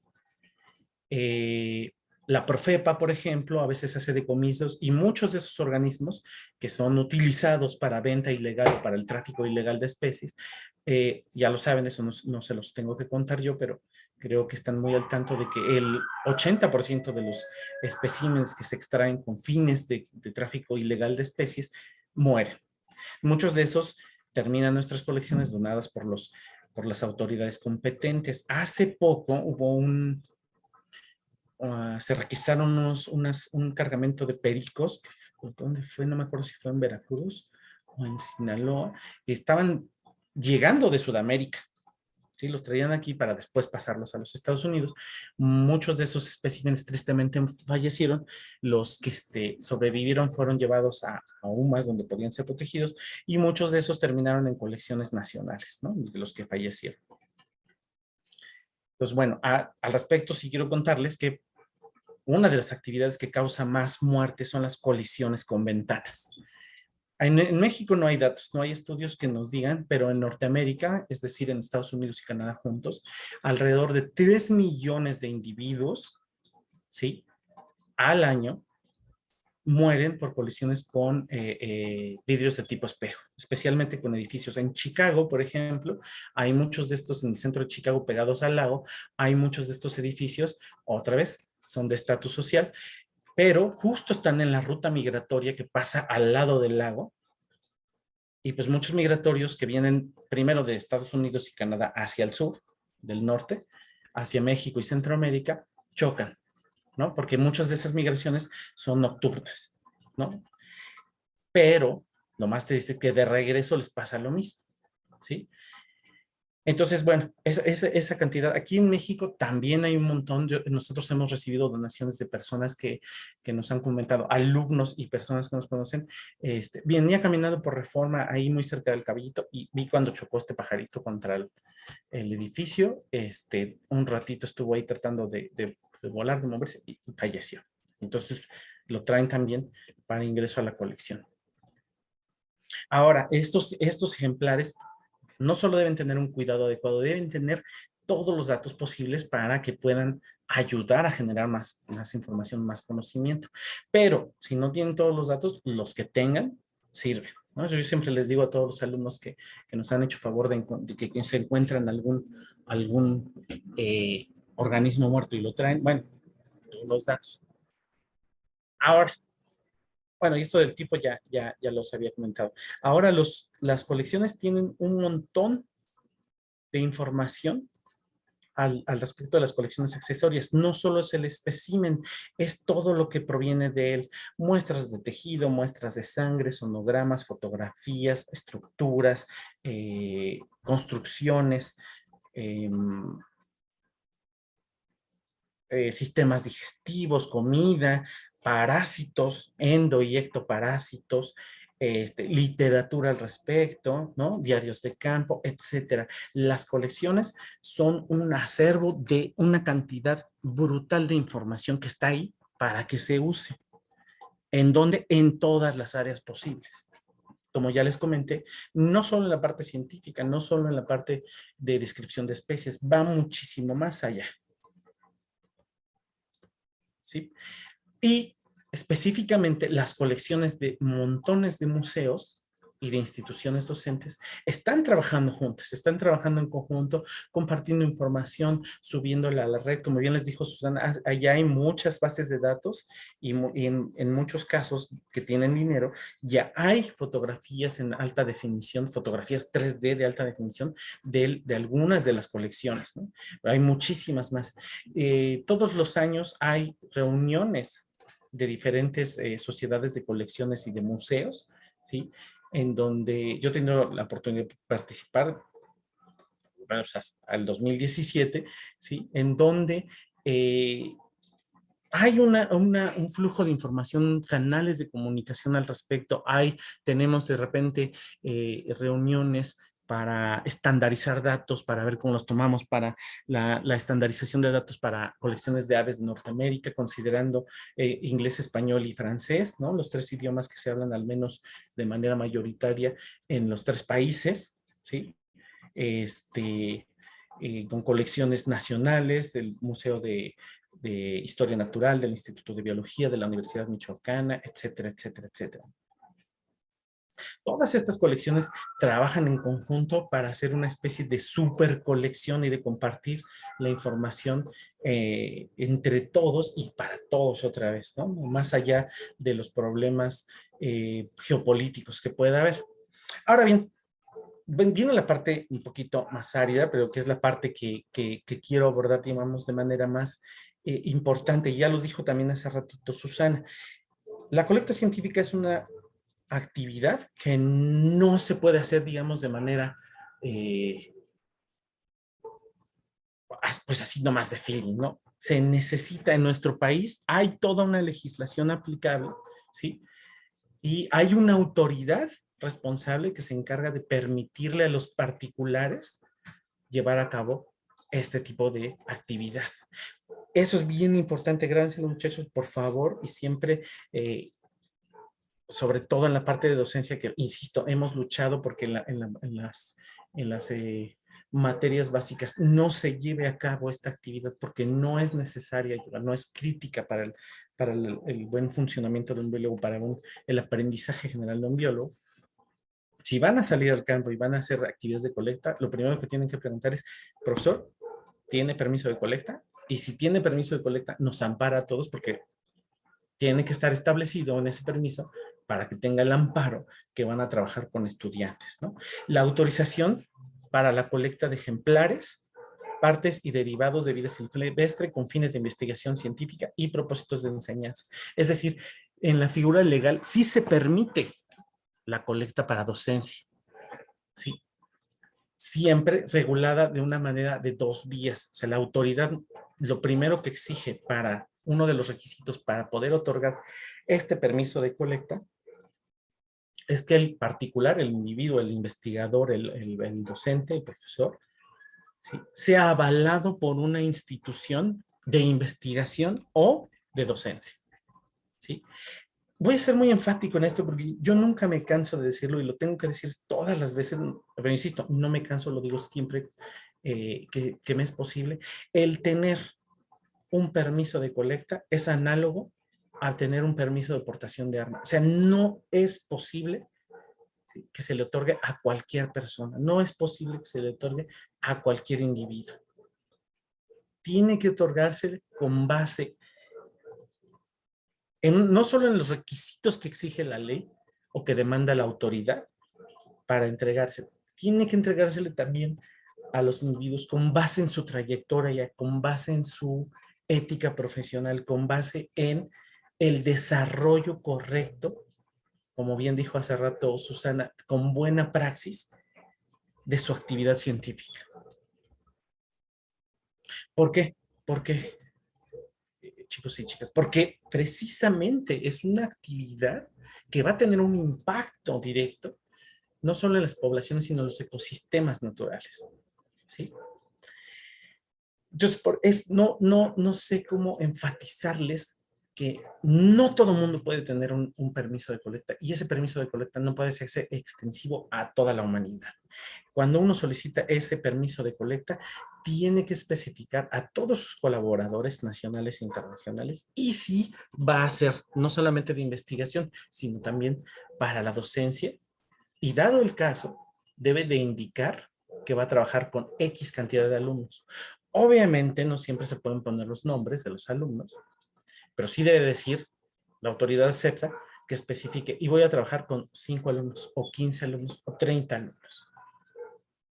De otra forma, no les están parando de manera legal y no es ético el proceder de alguien que realice colecta de ejemplares, de especímenes de la naturaleza, ¿sí? Si no está todo debidamente registrado legalmente, ¿sí? Y en este sentido, hay que entender que hay definiciones legales, ¿no?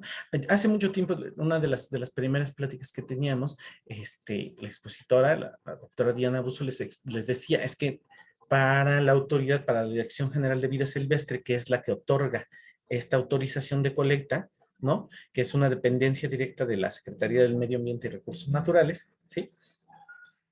Que tiene una definición legal de lo que es vida silvestre. Otra vez, muchachos, ojo, la definición legal no necesariamente tiene que estar de acuerdo a la definición científica o a la definición biológica de lo que es vida silvestre. Esto por el actuar de diferentes áreas del gobierno. Y no solo pasa en nuestro país, pasa en prácticamente todos los países. En mi experiencia, por lo menos en los que he trabajado, en los Estados Unidos, pasa exactamente igual, ¿no? Esta autorización o este permiso de colecta, que es, digamos, el nombre más sencillo, ¿sí? Tiene que estar basado en leyes y reglamentos. Entonces, la definición legal de colecta científica, ¿sí? Se refiere a la captura, ya sea temporal o definitiva, ¿sí? De organismos de vida silvestre, entendiéndose por vida silvestre la definición legal de vida silvestre que ahorita vamos a ver, ¿no? Pero observen, es la captura temporal o definitiva, es decir, no solamente para meter un ejemplar a una colección, se está hablando de colecta científica, ¿sí? El manipularlos y liberarlos es colecta científica, en términos legales, en la definición legal de lo que es la colecta científica. Entonces, lo mismo, como les decía Susana, si ustedes van a una práctica de ecología en donde va a haber captura y recaptura de cangrejos, perdón, pero para eso necesitan permiso de colecta, necesitan autorización legal de colecta, para el simple hecho de agarrar un cangrejo y liberarlo. Ya les explicó Susana por qué. O sea, no solamente el sacrificarlos les causa estrés, dolor y malestar. La captura temporal, la captura y recaptura también lo hace. Entonces, aguas con eso, ¿sí? ¿Sí? Obtener cualquier tipo de información científica y manipular los especímenes es colecta científica en términos legales, ¿sí? Se entiende por colecta científica el utilizar organismos de la naturaleza para integrar o incrementar acervos de colecciones científicas o museográficas. Por eso también se incluyen a los fósiles, ¿no? Vamos a ver más adelante que el permiso de colecta para fósiles no está regulado por la Dirección General de Vida Silvestre, ¿sí? Es muy importante este punto. No puede ser con propósitos comerciales. No se puede obtener algún tipo de beneficio comercial con la colecta científica. Eso está prohibido. Ese es, primero, implica otro tipo de permiso, para empezar, pero también otro tipo de actividad, ¿sí? Y otro tipo de aplicaciones legales de otros ámbitos que involucran incluso, por ejemplo, el dichoso protocolo de Nagoya, ¿no? No puede ser realizada con fines biotecnológicos. Eso es muy, muy importante. Lo mismo, hay otro marco legal, ¿sí?, que regula este tipo de actividad. Entonces, aguas cuando les digan que hacen colecta científica con fines o propósitos comerciales. Eso no existe, al menos no en nuestro país. No puede ser con propósitos comerciales o con fines biotecnológicos, que también tienden a ser comerciales al final, ¿no? ¿Qué se entiende por biotecnología para la ley? Toda aplicación tecnológica que utilice los recursos biológicos, organismos vivos o sus derivados para la creación o modificación de productos o procesos para usos específicos. Y esto de los organismos vivos, sus productos y derivados o partes es bien importante, muchachos, porque a veces los individuos tratan de salirse al decir que van a hacer colecta científica de plumas, por ejemplo, o de pelo. No. Si van a colectar pelo, necesitan un permiso de colecta, una autorización desde la Dirección General de Vida Silvestre. Punto. Que voy a recoger una conchita. Recoger una conchita del mar y llevársela a su casa no solamente no es ético, es ilegal. Para eso se necesita un permiso de colecta, ¿sí? Entonces, no solo aplica al organismo como tal, no solo aplica cuando se sacrifica el organismo, ¿sí? Aplica para cualquier manipulación temporal, para cualquier organismo, sus derivados, sus productos o sus partes. Espero que eso les quede muy claro. Hay todo un fundamento jurídico, ¿no? El artículo 27 de la Constitución Política de los Estados Unidos Mexicanos. Ya les dije, yo sé que a muchos no les gusta esta definición porque puede que entre en conflicto, ¿no?, con los ideales o con las definiciones que ya hemos visto a lo largo de todo este curso, o con las filosofías. Pero en términos legales y para tener un orden jurídico, toda la biodiversidad es propiedad de la nación. Toda. ¿Sí? Entonces, el primer fundamento legal para el otorgamiento de un permiso de colecta está basado en el artículo 27 de la Constitución Política de los Estados Unidos Mexicanos.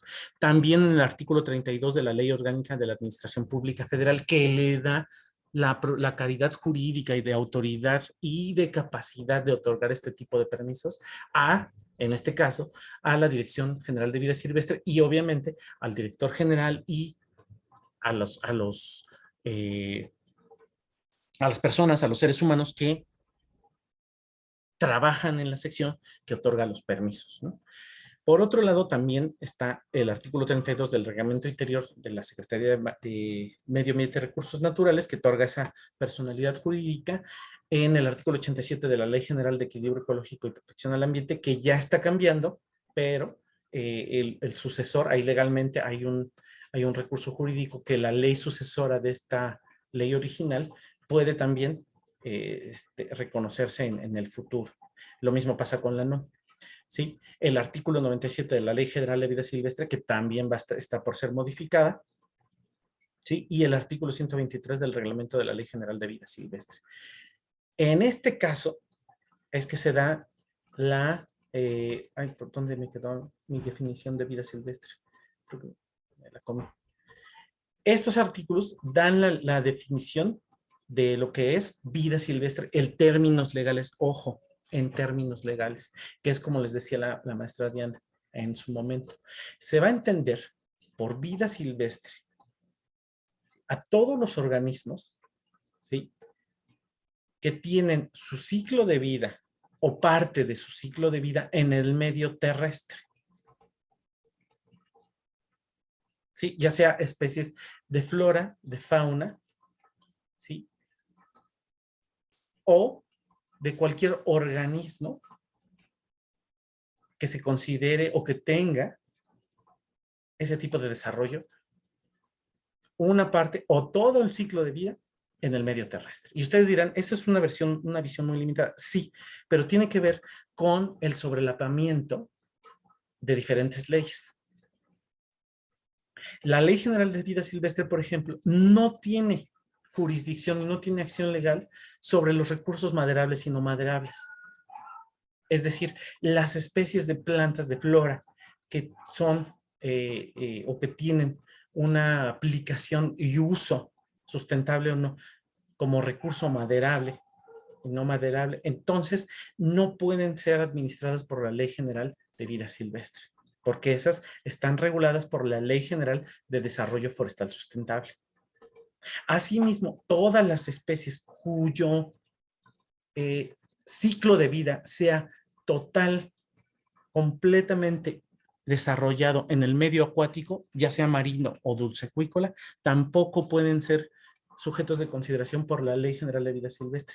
Esas van especies acuáticas, a eso se le va a llamar vida acuática, va a ser regulado por la Ley General de Pesca y Acuicultura Sustentable, excepto que se trate de especies en riesgo de cualquiera de las dos leyes. Ahí sí, en ese sentido, todo lo que esté, todo organismo, toda especie de cualquier definición de estas que les acabo de hablar, que se considere en la NOM 059, que es la norma oficial mexicana que considera a las especies terrestres y acuáticas que se encuentran en peligro de extinción bajo cualquiera de las categorías que ella señala, entonces sí va a ser regulado por la Dirección General de Vida Silvestre.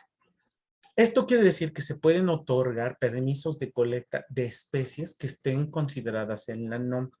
Obviamente, y es muy importante que lo entiendan, todo ese tipo de permisos se tiene que gestionar a través de la Dirección General de Vida Silvestre y bajo las limitaciones y regulaciones que ella misma como autoridad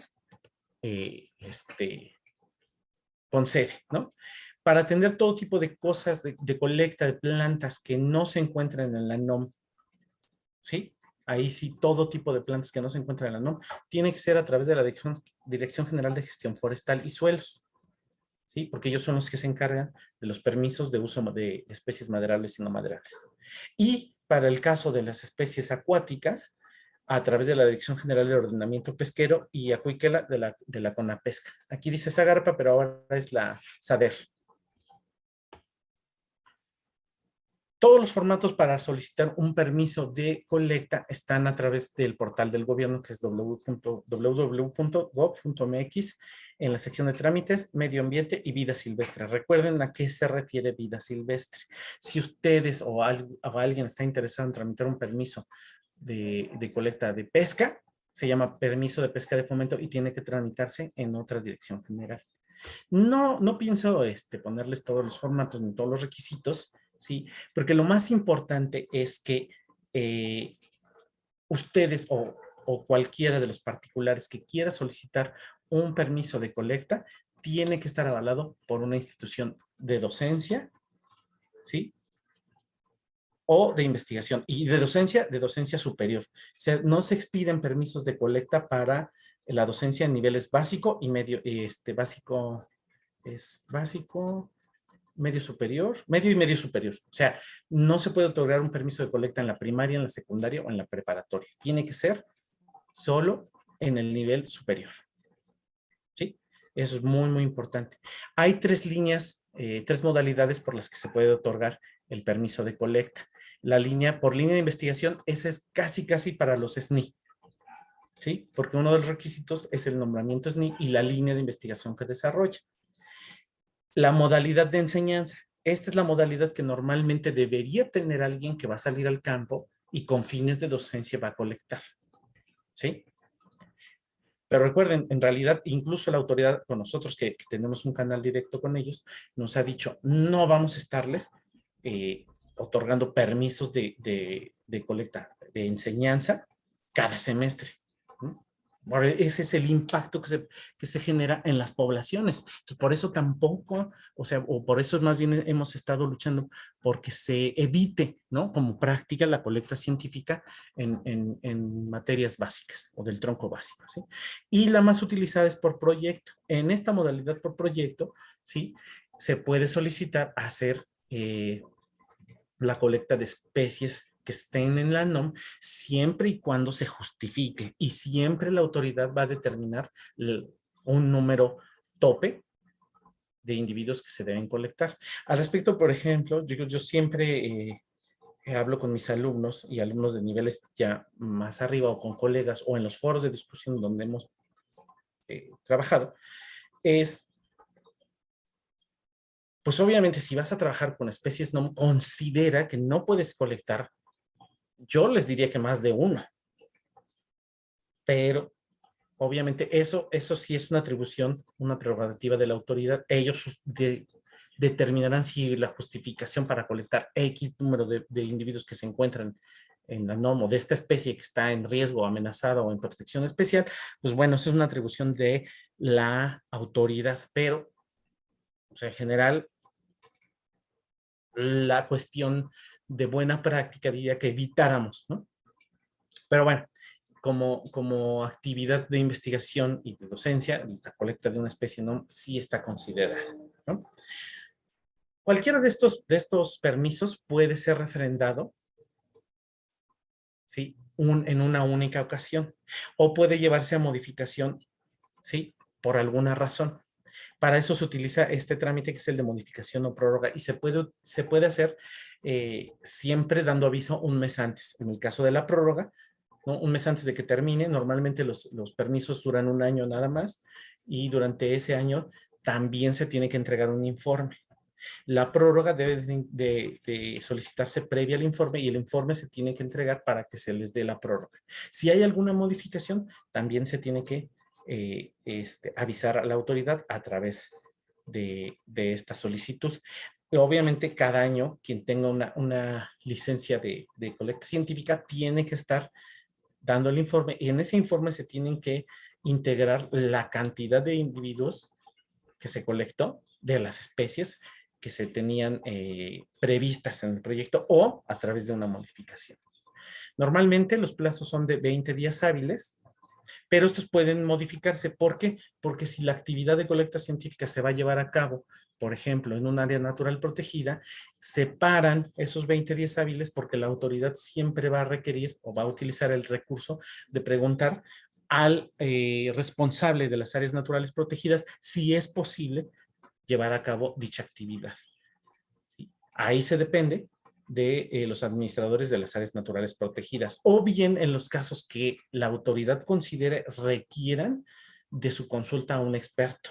La Semarnat y la Dirección General de Vida Silvestre tienen una lista de expertos a quienes puede preguntar si es pertinente o no llevar a cabo la colecta científica.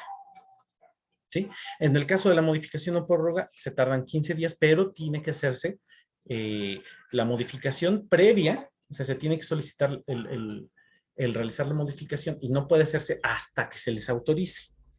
¿Sí? Y en el caso de la prórroga, un mes antes de que termine la vigencia del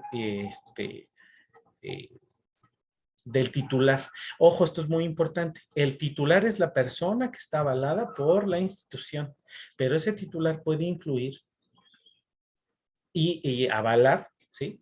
Amparar a más personas. Por eso les digo, normalmente un titular del permiso de colecta va a incluir a todos sus colaboradores nacionales e internacionales, ¿sí? Y a todos sus alumnos. Nosotros, por ejemplo, en la comisión que se otorgan los permisos, damos prioridad a los investigadores y solicitamos que incluyan a todo mundo para que no se estén pidiendo permisos así de, es que ahora va a trabajar mi alumno con sangre de dragón, no sé, ¿no? Queremos evitar esas malas prácticas, ¿no? Entonces, eso es bien importante, que se definan desde el principio tanto las líneas de trabajo como la cantidad de personas y quiénes van a estar trabajando con los titulares. Antiguamente, y por eso es que las colecciones biológicas mexicanas estaban en otros lados, la gente venía, depredaba y nadie se enteraba. Y por eso es que se han modificado tantos artículos tanto de la Constitución como de las leyes aplicables. ¿Qué buscamos con esto? ¿O qué se busca con esto? ¿No? Sí se deben de mantener, sí se deben consolidar y se deben incrementar las colecciones mexicanas. Ojo, siempre que hay una justificación, como bien les dijo Susana, de por qué y para qué. Y tienen que considerar muchos de ustedes que esas colecciones no solamente son para eso de la descripción de especies, también apoyan en la conservación, también nos ayudan a entender los ecosistemas, también nos ayudan, ¿sí?, a luchar las batallas como los últimos 2 años, ¿sí? Con colecciones científicas, se pueden descubrir muchas cosas al respecto de enfermedades y particularmente de la zoonosis, ¿no? La gran pregunta aquí, ya me estoy acercando al final, ¿debo colectar o no? Esa es una gran pregunta. Y para contestarla hay que considerar que debe hacerse por esto. Como la mayor parte de las preguntas éticas, de las que tienen una consideración ética, es ¿debo colectar o no? Y si voy a hacerlo, tiene que ser por el beneficio tanto de la biodiversidad como de la sociedad, ¿no? Ahora, muchas, bien les dijo Susana, de estas colecciones ya se encuentran disponibles, por lo menos los datos digitales, ¿sí?, en bases de datos colaborativas. Entonces, hay que usarlos. Cuando estén en la disyuntiva de colectar o no colectar, la pregunta más importante es, ¿puedo utilizar lo que ya se encuentra para evitar colectar más? Otra vez, las 3 R's: reducir, refinar, utilizar, ¿sí? Obviamente, todo lo que se colecta y todo lo que esté en colección científica, lo mejor ahora, lo actual, es digitalizarlo y ponerlo a disposición en línea, ¿sí? Eso es muy importante, porque así evitamos que más gente tenga o quiera hacer una colecta científica cuando no se debe hacer. Es muy, muy importante. Y sobre todo, y por eso lo marco aquí, no puedo enfatizarlo más o de una manera que quede mucho más clara, es usar lo que ya está. Usarlo y miren, esto es muy importante en todas las áreas de estudio. Hay que pensar que esas colecciones no están ni por capricho de la gente, ni porque estamos coleccionando estampitas, ¿no? No son álbumes de estampitas, ¿sí? Son para uso en todas las áreas de estudio. Insisto, piensan en un área de la ciencia, de las artes o de la sociedad que crean que está más alejada de las colecciones científicas y van a tener un uso ahí. Va a haber una forma. Yo creo que muchos de ustedes dudan que les diga que hay que artistas como por ejemplo, bueno, que yo me conozco, Pollock o Dalí, llegaron a visitar colecciones científicas. No sé si atreverme a decir como inspiración, pero sí como consulta para desarrollar su arte. Pero va más allá. Ese es uno de los ejemplos más extremos. Obviamente, todo esto ha sido gracias a que hemos trabajado en con montones de individuos e instituciones como Partners in Flight, que es en el caso mío que soy ornitólogo, que es la sección que se encarga de las aves migratorias de la comisión, en su momento que existió la Comisión Trinacional México, Canadá, Estados Unidos, a los estudiantes, a esos debates que hacemos de sí, no colectar, a las instituciones, ¿no?, a todos los académicos que trabajan en esto de la colecta científica, a todas estas instituciones que han financiado las colecciones, ¿sí?, a la Dirección General de Vida Silvestre de Semarnat, con que tenemos muy buena relación y trabajamos en conjunto, y pues a todos ustedes por escucharnos. Más allá, ahorita vamos a pasar a lo de las preguntas y un poquito al debate, pero si alguien lo necesita, ahí está mi correo, y también les pongo el correo del jefe de la sección de los permisos en la Dirección General de Vida Silvestre, biólogo Fernando Sánchez Camacho. El teléfono nunca lo contestan y además lo cambian cada 20 minutos, entonces, pero su correo ahí está para todos ustedes, si de alguna forma lo necesitan, igual el mío. Y pues muchas gracias. Muchas gracias, Eric y Susana. Vamos a pasar a las preguntas, por favor. Adelante. Hola, buenas tardes. Tenemos varias preguntas. La primera es, si salgo de práctica y durante mi muestreo encuentro organismos que un investigador conocido mío está estudiando y me pide que los colecte, ¿es correcto que lo haga? Susana, ¿quieres contestar o contesto yo? A ver, contesta tú, Eric, y ahorita también doy mi opinión. Bueno, ahí hay 3 consideraciones a tomar en cuenta. Una, que tenga permiso. 2, que sea permiso para ese organismo, porque cuando nosotros trabajábamos con la gente del proyecto de la nueva NOM, esa es una bronca siempre, ¿no? Es que me encontré este ratón muerto, es muy importante para la ciencia, pero mi permiso es para gusanos. Pues no, no debería colectarse porque tu permiso es para gusanos, no para eso. Si sabes que vas a estar en esa onda, pide un permiso o pide que la gente de mamíferos te ponga en su permiso, ¿no? Entonces, eso es muy importante. ¿Para qué es el permiso? ¿Y cuántos? ¿No? Y la tercera es, si tú lo quieres, lo deseas hacer o entra en conflicto con tus propuestas, posiciones e ideas, ¿no? Y filosofías. Yo hace mucho tiempo, cuando empecé a trabajar con esto, todavía llevaba clases del posgrado y llevé una materia que involucraba sacrificar una rata de laboratorio. Y los demás dijeron, pues Eric, porque él sabe de colecta científica y él que la sacrifica. La verdad es que me negué. Dije, no, yo no tengo por qué hacerlo, ¿no? No, no es lo mismo y no comulga con mis ideas, ¿no? Entonces, es bien importante eso. Tú deseas hacer la colecta.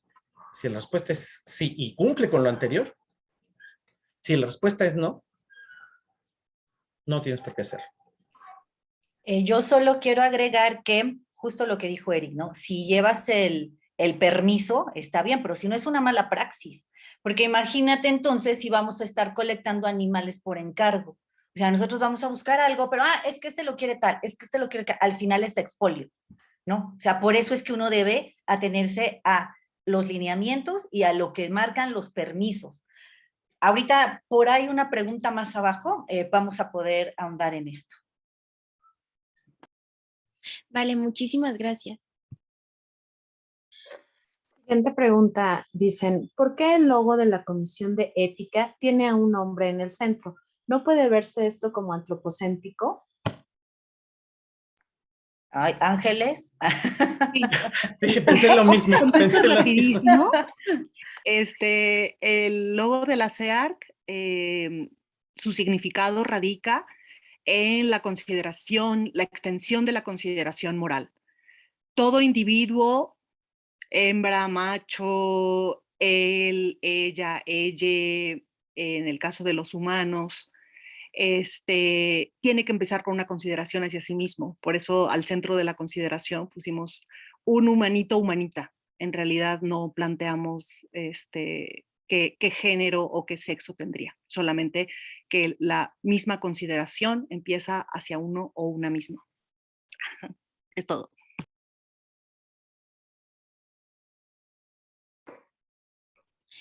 Vale, doctora, ¿Adelante? muchísimas gracias. La siguiente pregunta es, ¿quién o quiénes son los indicados legalmente para sancionar el incumplimiento de dicho reglamento? Gracias. Hablando de reglamento de prácticas de campo del que estaba hablando usted, maestra Susana. ¿Del reglamento de la universidad? Sí. Sí, pues no sé hasta cuánta injerencia tenga la CEARC Ángeles, pero pues obviamente compete a alguna instancia de la Facultad de Ciencias, ¿no? Sí, compete a la Facultad de Ciencias empezando por sus consejos técnicos, ¿no? Sin embargo, si esta situación hubiera alguna denuncia o algún aviso de que pasó a mayores, incluso han habido padres de familia, por ejemplo, que han denunciado alguna situación prohibida para una práctica de campo y que sí ha sucedido, y esto se ha llevado incluso en denuncias legales desde abogados foráneos a la UNAM hacia la UNAM, dependiendo del caso, del grado de lo que se haya incumplido. Bueno, creo que incluso puede terminar en fiscalías, ¿no? Ya para situaciones más graves, o sea, por eso es muy importante cumplirlo. Y sí, lo mismo, por ejemplo, si están colectando sin permiso de colectar, la ley y la norma especifican sanciones ya de parte de la autoridad que pueden ir de lo administrativo a lo penal.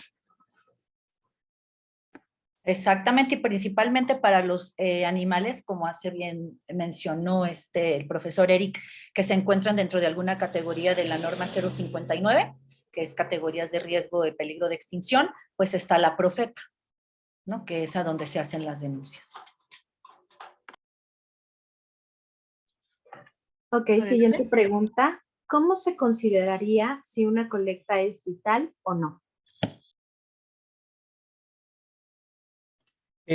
Bueno, si quieren, yo digo algo y Susana, por si también quieres comentar algo.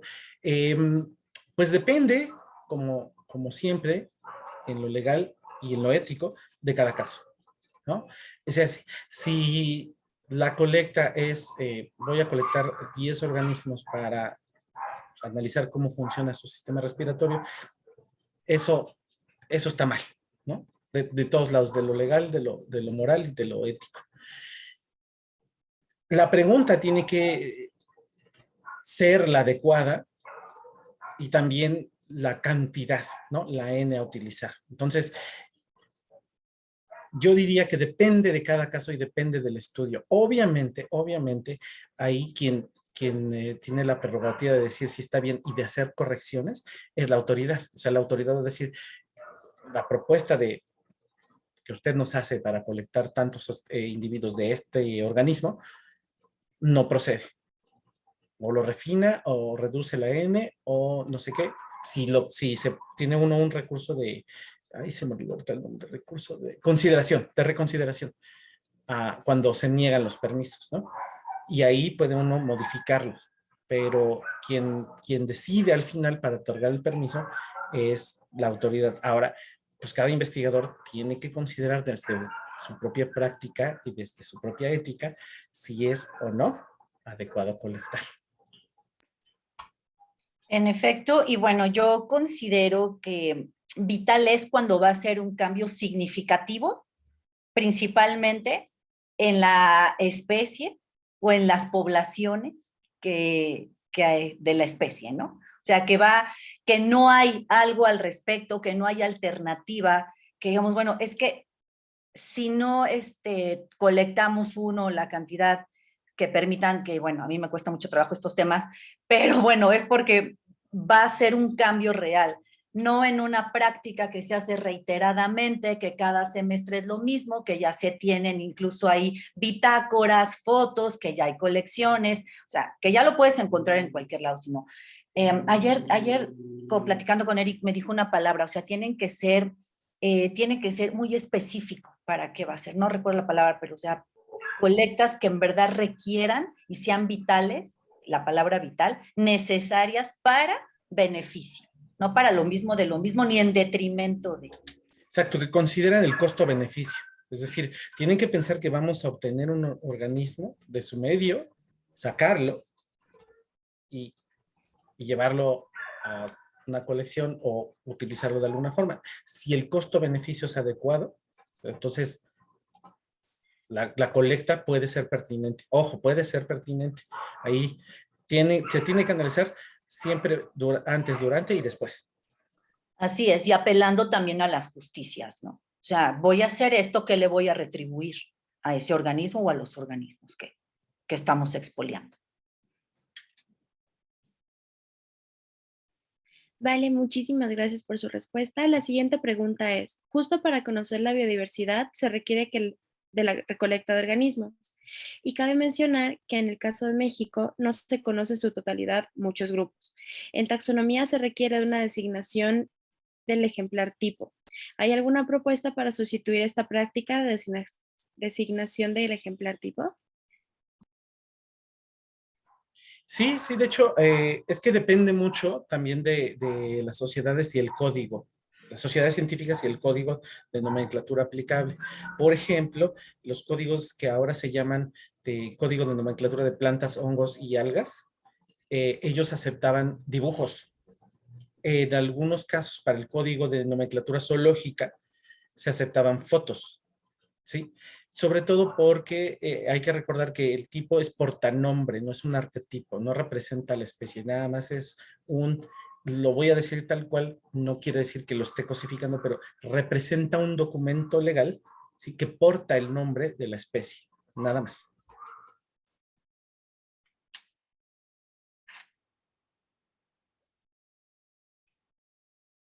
Adelante. Sí. Sí. Ya es que Wolveri contestó. Ujú. ¿Cuál es el organismo adecuado donde se pueden denunciar colectas ilegales y cómo se hace la denuncia? Susana ya lo dijo justamente, pero lo repetimos, ¿no? Susana, es la Profepa. En la Profepa es donde se pueden hacer esas denuncias. Sí, la Procuraduría Federal de Protección al Ambiente es la instancia que se dedica a hacer valer el cumplimiento de la ley y de las leyes, normas y reglamentos en materia de medio ambiente y forestal y medio ambiente forestal y biodiversidad. Y acuacultura también. De acuacultura también. Si quieren saber los medios, bueno, son 3 medios. Uno, se puede hacer la denuncia vía internet. Ustedes entran a su portal www.profepa.gov.mx, se van ahí a la parte de denuncia, llenan todo un formulario.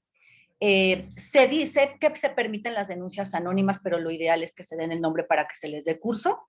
Y bueno, posteriormente a ustedes les tiene que llegar un mail con su número de denuncia y ustedes tienen que hacer una ratificación. Se puede hacer por teléfono, igual hay un número que dan, se puede hacer vía mail también. Yo recomiendo hacer las 3 y darle seguimiento y hacer la ratificación.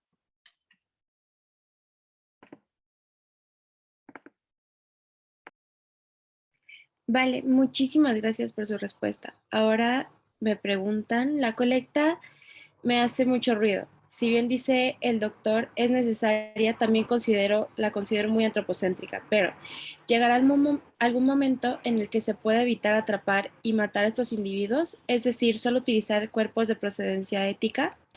Y la misma persona nos pregunta, me llamó la atención cuando se mencionó el impacto de nuestra intervención en el ecosistema, por ejemplo, en el ruido. Pero, ¿qué hay del ruido marino? Por ejemplo, lanchas, motores de diésel, tanto para turismo como para investigación. ¿Qué prácticas más éticas y menos antropocéntricas se pueden seguir en estos casos? Ahí es una pregunta muy extensa. A ver si, Sí, pero está muy entonces, buena. sí, la pregunta es como, son 2, ¿no? Entonces les repito la primera. Llegará algún momento en el que se puede evitar atrapar y matar a individuos, es decir, solo utilizar cuerpos de procedencia ética que murieron por accidentes, enfermedad o etcétera. Pues sí, y de hecho eso ya se hace, es lo que les comentaba cuando les dije de cómo se conforman. A ver, yo con mis alumnos ya de especialización, no en cursos básicos, y obviamente yo toda la vida he estado amparado por un permiso y no soy el titular. Yo nunca he sido titular de un permiso y eso me da mucho orgullo, no porque yo escape algún tipo de responsabilidad, sino que yo sigo precisamente esa jerarquía. El que tiene el permiso es mi jefe. Mi jefe nos ampara con ese permiso a todos los que trabajamos con él, ¿no? Y a los alumnos que trabajen por extensión. Entonces, es la primera. La segunda es que sí, normalmente hemos encontrado cadáveres electrocutados por muerte natural. Digo, y por muerte natural porque pues, nos encontramos en el medio y así como están, ¿no? He encontrado aves que han sido atacadas, por ejemplo, por alguna rapaz, ¿no? Y que pues fallecieron, no las logró atrapar y fallecieron después por sus heridas o atropellados o etcétera, ¿no? Entonces, sí, de que en algún momento podamos depender exclusivamente de esos, yo creo que va a llegar el momento en el que podamos depender de los que están almacenados, pero la realidad es que cada ciclo, por decirlo de alguna forma, vamos a encontrar cosas diferentes, la evolución en un actuar constante. Hace tiempo salió unos colegas del Museo Field de Chicago, sacaron un video precisamente al respecto de la colecta científica, de cómo analizaron organismos colectados desde 1950 hasta 2000 y cómo veían un incremento en la talla de esos eran unos pajaritos, unos gorriones. Era bien padre porque ellos lo utilizaban en Estados Unidos para hablar de la evolución en acción. Ya saben que en Estados Unidos hay muchos problemas acerca de hablar de evolución en ciertas comunidades, ¿no? Entonces ellos lo utilizaban para eso. Además, aunque ustedes no lo crean, allá tienen más restricciones para la colecta y no por parte de las autoridades, sino de las comunidades, que hay unas que son muy fundamentalistas y de parte de sus gobiernos han tenido cortes de presupuesto. O sea, nosotros aquí nos quejamos, pero a ellos les ha ido peor. Hay colecciones que han tenido que ser donadas completas a instituciones grandes que dependen de capital privado, porque el gobierno ya no las apoya. Entonces, yo creo que la idea es llegar a un equilibrio otra vez. ¿Se necesita colectar? Sí, no. Si la respuesta es no, no se colecta. Sí, sí. ¿Por qué? ¿Para qué? ¿Cuál va a ser el beneficio? ¿Qué le vamos a retribuir a las comunidades naturales, a las comunidades sociales donde estamos obteniendo eso, etcétera, etcétera? ¿No? O sea, yo creo que siempre se tiene que hacer con base en un caso a la vez y con base buenas prácticas bioéticas y también humanas. Susana, no sé si quieres agregar más. A esto yo le agregaría que, por ejemplo, a corto plazo, y lo que podemos hacer es que como docentes comenzar a darle valor a las colecciones ya existentes y a los museos. Porque, bueno, como bien explicó hace rato Eric, pues se tienen ahí como olvidados o se piensa que como ya tienen tiempo no hay como valía. Entonces, bueno, pues es parte de ir disminuyendo la colecta de organismos, porque también es, o sea, de animales, de plantas, de hongos, de minerales, ¿no? Yo creo que tenemos que ampliar para todo. Entonces, empezar por ello, por una vez más, o sea, tener aquí nuestra decisión, ¿no? Sí voy a colectar, pero ¿cuál es lo significativo que hay en ello?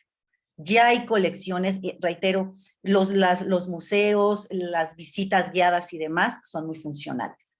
Entonces, bueno, nada más era como para de inmediato, ¿no? Porque, pues bueno, ya a futuro y nos ha platicado ahorita, ya nos ha ampliado la visión.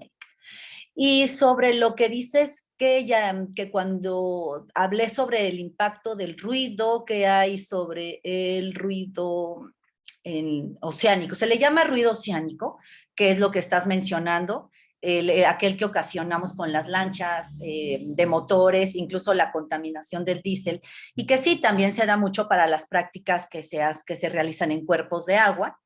Pues, ¿qué se puede hacer? Igual, ¿no?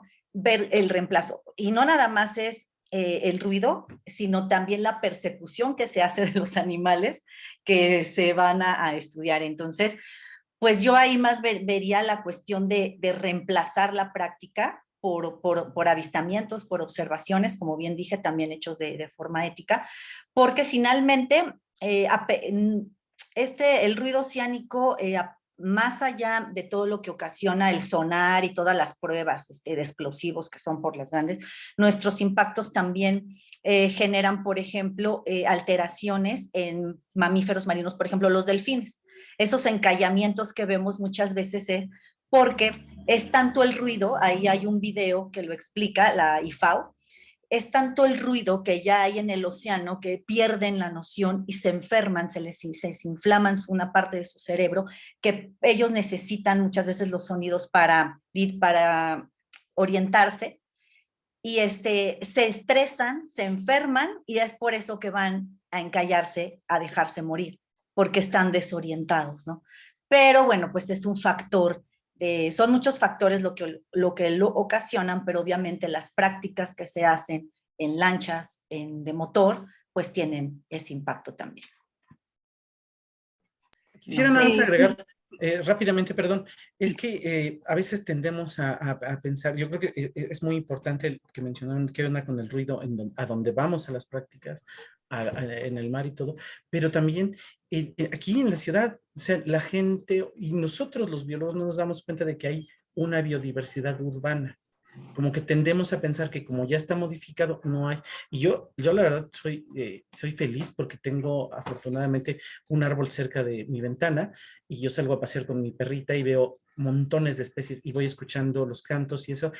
Aquí también, o sea, aquí también tenemos que tratar de evitar la contaminación auditiva. Bajémosle a todo.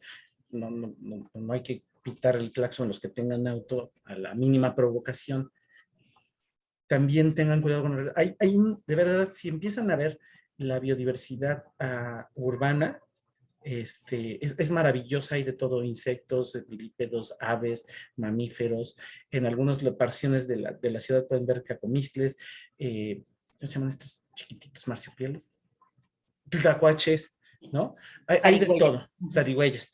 Entonces, pues también aplíquenlo acá, ¿no? Aunque yo sé que aquí es más difícil porque 18 millones o 8 millones de personas, pues está difícil que aprendan del ruido, pero todos podemos ayudar. Todos podemos silenciarnos y aunque no lo pregunten, también la contaminación lumínica, híjole, está a todo. O sea, hemos alterado los ciclos de los animales porque sí es verdad, en la urbe, pues la cuestión de la seguridad, ¿no? Pero hay muchas calles que ya no hay oscuridad. Y hay especies que necesitan oscuridad para hacer diferentes sus procesos de reproducción, de alimentación, de descanso, migración, todas aquellas especies que migran, que descansan y muchas veces ya no tienen, una, ni espacios, porque cada vez hay menos áreas verdes, y dos, pues esa oscuridad que requieren para ello. Entonces, necesitamos bajarle al ruido y necesitamos bajarle también a la luz que emitimos, porque finalmente todo eso está pensado para nuestro beneficio, para el del humano. Pero tanto en la urbe como en las zonas naturales, pues hay otras especies que tienen derecho a ser y estar, así como el verbo to be, tienen derecho a ser y estar y necesitan también llevar a cabo sus hábitos, ¿no? Naturales. Pues muchísimas gracias, Susana, muchísimas gracias, Eric. Tenemos que dejarlo hasta aquí, lamentablemente, porque el tiempo se ha venido encima nuevamente. Les queremos entregar sus constancias, agradecerles muchísimo la plática que acaban de darnos y por favor, va a haber un mensaje de despedida debido a que la siguiente semana son nuestros últimos 2 días, sábado y domingo, para tener el cierre de este curso. Adelante, por favor. Muchas gracias. Gracias, doctora. Les agradecemos su presencia en esta ponencia y les invitamos a continuar con este mismo interés y participación ahora que estamos iniciando esta semana final de su curso de bioética. Les recordamos también, como ya mencionó la doctora, que el próximo fin de semana tendremos 2 ponencias, una el día sábado y otra el día domingo a la misma hora, 6 de la tarde. La ponencia del día domingo no estaba incluida en nuestro plan original, así que las inquietudes que han surgido respecto a la calificación de cuestionarios, debido a las inquietudes que han surgido, disculpen, respecto a su calificación en los cuestionarios, se les va a otorgar un punto extra en la calificación final a quienes asistan a esta ponencia magistral de despedida el domingo 5 de junio. Les esperamos en la actividad del foro del día jueves y les deseamos una excelente noche. Muchas gracias. Muchas gracias. Hasta pronto. Gracias. Gracias.